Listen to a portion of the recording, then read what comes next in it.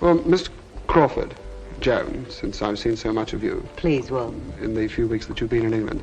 They played heroes, but lived like villains. These 60s stars had dark sides fans never saw. One actor forced himself on a teenage actress without warning. Another beat his wife and blamed it on a car crash. A famous comedian locked women in his dressing room and exposed himself. Their talent got them fame, but their behavior left scars. Today, we see behind the mask. The stars who lit up screens were actually the darkest people on set. Marlon Brando. Marlon Brando changed acting forever. When he appeared on screen, he didn't feel like he was acting, he felt real. Movies like A Streetcar Named Desire and On the Waterfront made him a legend. But behind all that fame was a man who caused a lot of pain. He wasn't just difficult, he could be cruel. And sometimes, the people who worked with him never forgot the damage he left behind. One of the worst stories came from the movie Last Tango in Paris. Brando was 48 years old. His co-star, Maria Schneider, was only 19. During filming, something happened that was not in the script. It was the famous butter scene, and it was Brando's idea. Maria wasn't warned about it. She only found out right before they shot it. She said later, "I was so angry, but it was too late. They filmed it anyway." Maria said she felt humiliated, and she even said she felt a little raped. Not just by Brando, but by the director, Bernardo Bertolucci, too. Brando didn't seem to care. When Maria was upset, he just brushed it off. He told her, "Don't worry, it's just a movie." But for her, it wasn't. She cried real tears during that scene, and after the cameras stopped, Brando didn't comfort her. He didn't even apologize. Later, Bertolucci admitted they had planned not to tell her the full details because they wanted a real reaction. They didn't want her acting. They wanted her fear and humiliation to be real. And that's exactly what they got. The damage didn't end when filming did. Maria struggled for the rest of her life. Drugs, depression, even suicide attempts haunted her.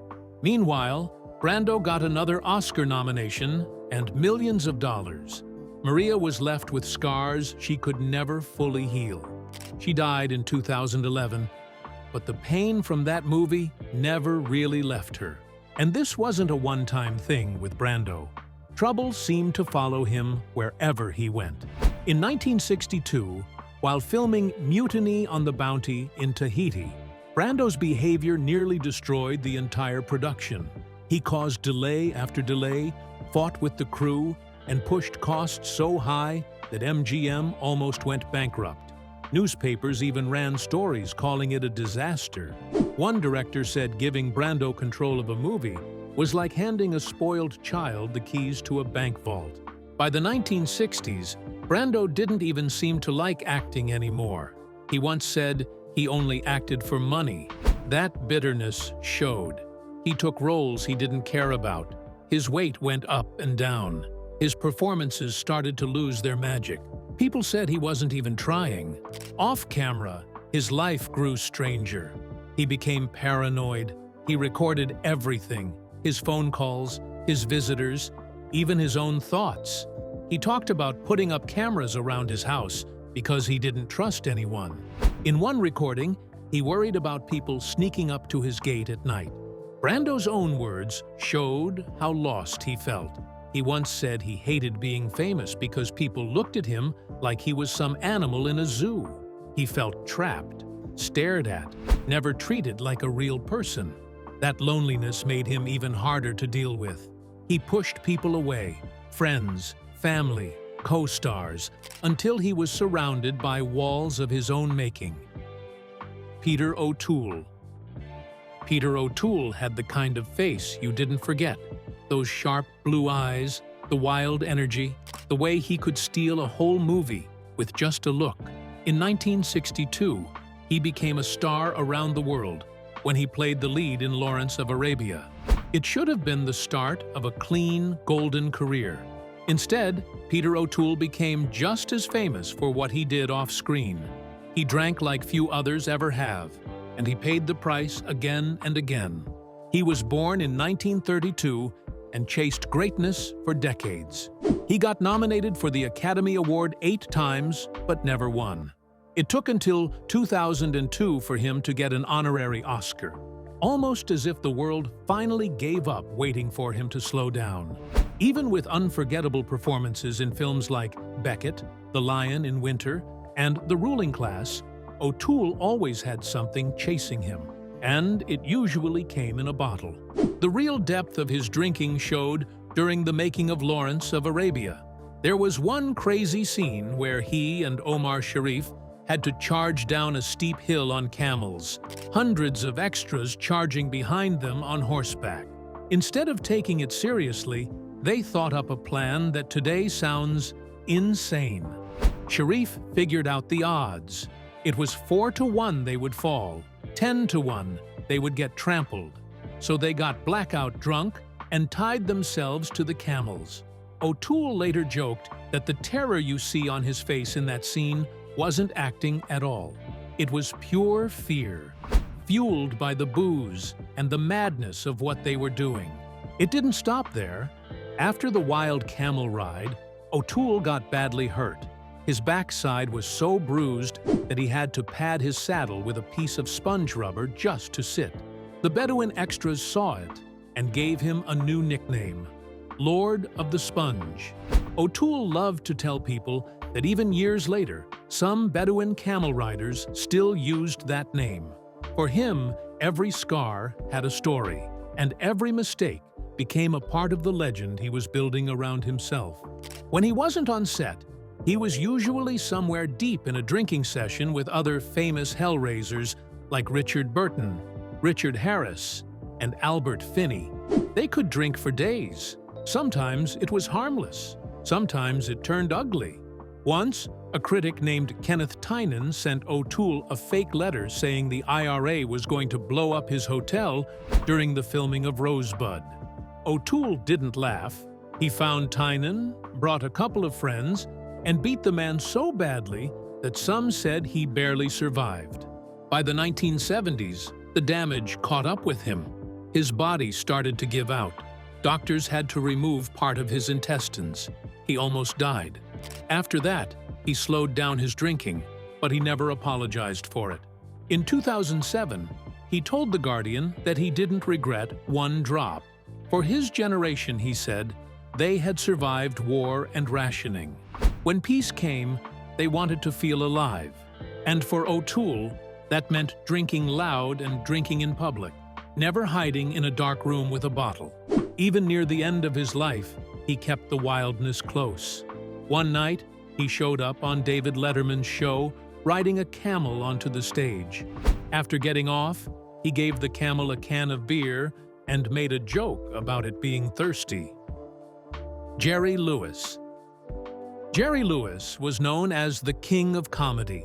For decades, people laughed at his wild antics and praised him for his charity work, especially the muscular dystrophy telethons. On the outside, he looked like a legend, a man who gave so much and made people happy. But behind the jokes and big smile, there was a much darker story waiting to be told. In 2022, years after Lewis passed away, a documentary and a shocking article exposed another side of him. Several women who had worked with Lewis spoke up, and their stories were heartbreaking. They said he used his fame and power to hurt women, not help them. One of them was Karen Sharp. She played his love interest in The Disorderly Orderly. What should have been a simple costume fitting turned into a nightmare. She said Lewis kicked everyone out of the room, grabbed her, and tried to force himself on her. When she said no, he was furious. After that, he told the film crew to ignore her. She was stuck on the movie, trapped by her contract, working day after day with a man who acted like she didn't even exist, unless the cameras were rolling. Another actress, Hope Holliday, told an even more horrifying story. She worked with Lewis on The Ladies' Man. On her very first day, he invited her to his dressing room. Once she walked in, he pressed a button that locked the door. Then he started talking about sex. Before she could react, he exposed himself and began touching himself right in front of her. She sat there frozen, terrified, not knowing what to do. The next day, she confronted him and slapped him. But Lewis was the star and director, and the production came to a halt. He never spoke to her again. She thought about reporting him, but decided not to, scared of what it could do to her career. After all, Lewis was a giant at Paramount Studios. Other women said working with Lewis was miserable too. Jill St. John said her time with him was extremely unhappy. Connie Stevens had heard stories before she even met him. She later said she was the only actress who showed up to his funeral, which spoke volumes about how other women in Hollywood felt about him. The darkness didn't stop at work. Lewis's own family knew a side of him the public never saw. Behind closed doors, he was cruel to his wife and children. His sons later described a life full of fear, saying their father beat them, humiliated them, and made their home a nightmare. They called him a bully and even said he hated his own children. Joan Crawford. Joan Crawford was one of the biggest stars of old Hollywood. She went from dancing in clubs to winning an Academy Award, and for years she was seen as the perfect example of glamour. But behind all the fancy dresses and flashing cameras, there was a darker side to her life that many people never saw. She started out as a dancer before getting a contract with MGM in 1925. She didn't even choose her name. It was picked through a magazine contest. Her big break came with the movie Our Dancing Daughters in 1928. People loved her energy, and she became a huge flapper star. When silent films ended and sound came in, she was scared like many actors, but her first talkie, Untamed, in 1929, was a hit anyway. Through the 1930s, she became one of MGM's top stars, starring with Clark Gable in several films. Audiences loved her rags-to-riches roles during the tough Depression years. When her fame started fading, she didn't give up. She left MGM and signed with Warner Brothers in 1943 for a huge amount of money. She won an Oscar for Mildred Pierce in 1945 and got nominated again for Possessed and Sudden Fear. In 1962, she made a shocking comeback with Whatever Happened to Baby Jane, alongside her enemy, Bette Davis. But while her career looked amazing, her real life was a different story. In 1978, her adopted daughter Christina wrote a book called Mommy Dearest, and it painted a terrifying picture. Christina said Joan was abusive, both physically and emotionally. She said Joan would wake her up in the middle of the night just for using wire hangers, which she hated. One night, Joan found a wire hanger and completely lost control. She tore clothes from the closet, dragged Christina by her hair, and beat her while screaming, "No wire hangers!" The book said Joan's cruelty wasn't just about beatings. Christina claimed Joan would create fake Christmas mornings, piling up presents just to pose for cameras. Once the reporters left, she would make the children pick one gift and give the rest away. Christina also said her brother Christopher was strapped to his bed every night, so he couldn't get up and go to the bathroom. Even stranger was what Christina hinted about Joan's fourth husband, Alfred Steele. Officially, he died of a heart attack, but Christina said he was found at the bottom of the stairs and there was no autopsy.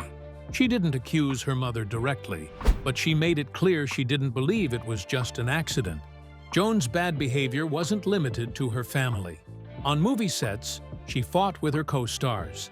Her most famous feud was with Bette Davis while filming Whatever Happened to Baby Jane. But it wasn't the only one.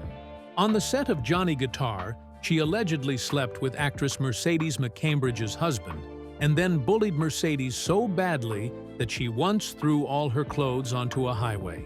Joan later said coldly, "I have 4 children. I do not need a 5th." There were even worse rumors. Some claimed Joan seduced teenage actor Jackie Cooper in strange ways, bathing him and powdering him like a doll. In Hollywood, her wild love life became a running joke. Bette Davis once said Joan slept with every male star at MGM except Lassie. Even how she adopted her children was surrounded by dark whispers. Christina claimed Joan got involved with illegal adoptions, taking children who were ripped away from their real parents. Some said she worked with a woman named Georgia Tan, who ran a child trafficking ring pretending to be an adoption agency. Joan adopted 5 children, but one was taken back by his birth mother after just a year. In her final years, Joan struggled with alcohol. She even showed up drunk on the soap opera The Secret Storm, taking over for Christina, who was sick at the time. Her last movie, Trog, was a disaster. Critics hated it, and audiences stayed away. Joan died of pancreatic cancer in 1977. Just 1 year later, Christina's book shattered her image forever. Frank Sinatra. Frank Sinatra wasn't just a singer, he was a king. With songs like Come Fly With Me, Strangers in the Night, and My Way, he ruled American music from the 1940s to the 1960s. His voice was so powerful and smooth that people called him Old Blue Eyes. He wasn't just a singer either, he could act too. When he won an Oscar for From Here to Eternity, it saved his career at a time when people thought he was finished. As the leader of the Rat Pack, he made movies like Ocean's 11 and became the symbol of cool for an entire generation. But behind all the fame and glamour, there was a darker story that never really left him. Sinatra's life was tangled with the mafia from almost the very beginning. When Sinatra was still a young man, before the world knew his name, the mafia already had their eyes on him. Pianist Chico Sciamon remembered seeing Sinatra audition for mob bosses in the late 1930s. They explained it very simply. The mafia could make a man a star, or they could destroy him. Sinatra passed that audition, and from that moment on, he was never far from their reach. One of the biggest signs of the mafia's help came when Sinatra wanted out of his contract with Tommy Dorsey's orchestra. The story goes that Willie Moretti, a mob enforcer, paid Dorsey a visit. After that, Dorsey let Sinatra go. Later, Sinatra denied this, but in earlier testimony, he admitted there had been some intervention. Even Lucky Luciano, one of the most feared crime bosses, once said they put up $50,000 to $60,000 to help launch Sinatra's career. They believed in him, and they made sure the rest of the world did too. The government knew something was wrong. By the 1950s, the Federal Bureau of Narcotics said bluntly that Sinatra was one of many entertainers working with the mafia. His friend Sonny King said mob bosses even assigned people to watch over Sinatra. Joe Fischetti was with him almost all the time, and if anything big came up, Chicago boss Sam Giancana handled it personally. Sinatra's ties to these men weren't casual. They were deep, personal, and lasting. One of the most infamous moments came in 1947, when Sinatra took a trip to Havana. Official reports from FBI agents and drug enforcement officers said they saw Sinatra hanging out with Lucky Luciano almost every night. Columnists back in America wondered out loud why a star like Sinatra would spend his vacation with gangsters. When asked about it, Sinatra blew up and called the reports vicious lies. But the pattern had already set in. Whenever people asked questions about his mob ties, Sinatra either denied it or changed his story. At first, he said he barely knew Joe Fischetti. Then he admitted to knowing him better. Then, later, FBI records showed Sinatra spent hours with Fischetti and even visited his mother's house. Even decades later, Sinatra still tried to claim he didn't know any mobsters. He insisted he didn't know Luciano was a mafia boss. It was a lie nobody believed anymore. As Sinatra's fame grew, his power grew too. By the late 1950s, he bragged about being Il Padrone of Hollywood. His business ties to the mob showed up again when he became part owner of the Cal Neva Lodge at Lake Tahoe. Mob boss Sam Giancana visited often, even though officials warned Sinatra to stay away from known criminals. He didn't listen. These connections didn't just hurt his business, they hurt him politically too. When John F. Kennedy was running for president, he was close to Sinatra. But once Kennedy's team saw how deep Sinatra's mob ties went, they backed away fast. FBI reports show Kennedy even called Sinatra while he was at a mob boss's daughter's wedding in Atlantic City. After that, their friendship never fully recovered. Robert Blake. Robert Blake started as a sweet-faced little boy in the Our Gang comedies, performing under the name Mickey Gubitosi. But behind the scenes, his life was a nightmare. Blake later said his parents abused him horribly. He ran away from home when he was just 14. That pain stayed with him forever. Blake somehow managed to keep acting. He served in the army, came back, and picked up small parts in movies. Then he stunned everyone with his role in Cold Blood, playing a real-life killer. He looked like the man he played. He acted like him, too. Critics loved him, but something in Blake seemed a little too close to the darkness. In the 1970s, Blake finally became a household name with the TV show Beretta. He played a street-smart cop with a pet cockatoo and a lot of tough talk. But behind the scenes, Blake was not easy to work with. He was angry. He was bitter about his childhood. He fought with people on set. He used drugs. Eventually, he walked away from everything and disappeared for years. When Blake came back into the public eye, it wasn't for his work. It was for something much worse. In 2001, his wife Bonnie Lee Backley was found shot dead in his car outside a restaurant in Los Angeles. Blake claimed he had gone back inside to get a gun he forgot. When he returned, she had been shot in the head. Police soon found a gun in a trash bin not far from the crime scene. It matched the bullets used to kill Backley, but they couldn't prove Blake had pulled the trigger. The case became a circus. Two stuntmen came forward, claiming Blake had tried to hire them to kill his wife. One said Blake offered him $10,000. The other said Blake had made a similar offer. Both refused. At trial, prosecutors couldn't link Blake directly to the shooting. There was no gunpowder on his hands. There was no witness who saw him pull the trigger. After a long and dramatic trial, Blake was acquitted. But like O.J. Simpson, he wasn't off the hook completely. In a civil trial, Blake was found responsible for Backley's death and was ordered to pay $30 million to her family. Blake's life after that was a wreck. He declared bankruptcy. He never acted again. His final movie role was in David Lynch's Lost Highway, where he played a creepy character called the Mystery Man, a fitting end to his career. Robert Blake died in 2023 at the age of 89, leaving behind a story that many believe ended with murder, even if the courts never officially said so. Richard Burton. Richard Burton came from a small town in Wales. He dreamed of more and, through sheer talent, became one of Hollywood's most powerful actors. On screen, he had a voice that filled theaters and performances that earned him 7 Oscar nominations. But away from the cameras, his life was full of pain, mistakes, and broken hearts. His success couldn't hide the troubles he carried inside. The problems started early. Burton had his first drink at just 11 years old. It wasn't a surprise.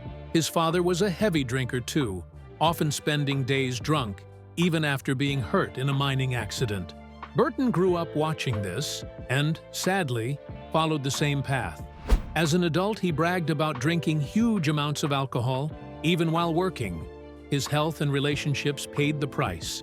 In later years, when he spoke about his drinking on television, the damage was already done.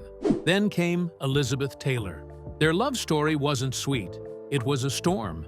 They met on the set of Cleopatra, both already married to other people. Their affair shocked the world. Newspapers followed every move they made. Even the Vatican spoke out against them. Burton didn't care. He once bragged loudly on set about sleeping with Taylor. Their passion was wild, and so were their fights. When their partners finally left them, Burton and Taylor married. But the marriage was a battlefield too. Fights often turned violent. One terrible argument left Taylor with bruises and a broken nose. Though they blamed a car accident, those close to them knew the truth. They divorced, remarried, and divorced again. It was a cycle they couldn't break. They acted together in many films, playing couples who fought and hurt each other. The lines between acting and real life blurred, and it wore them down. Even after parting ways for good, the damage stayed. Burton's problems didn't stop with Taylor. He had affairs with countless women, by some accounts over 2,000. He didn't hide it. Even while married, he continued chasing other women.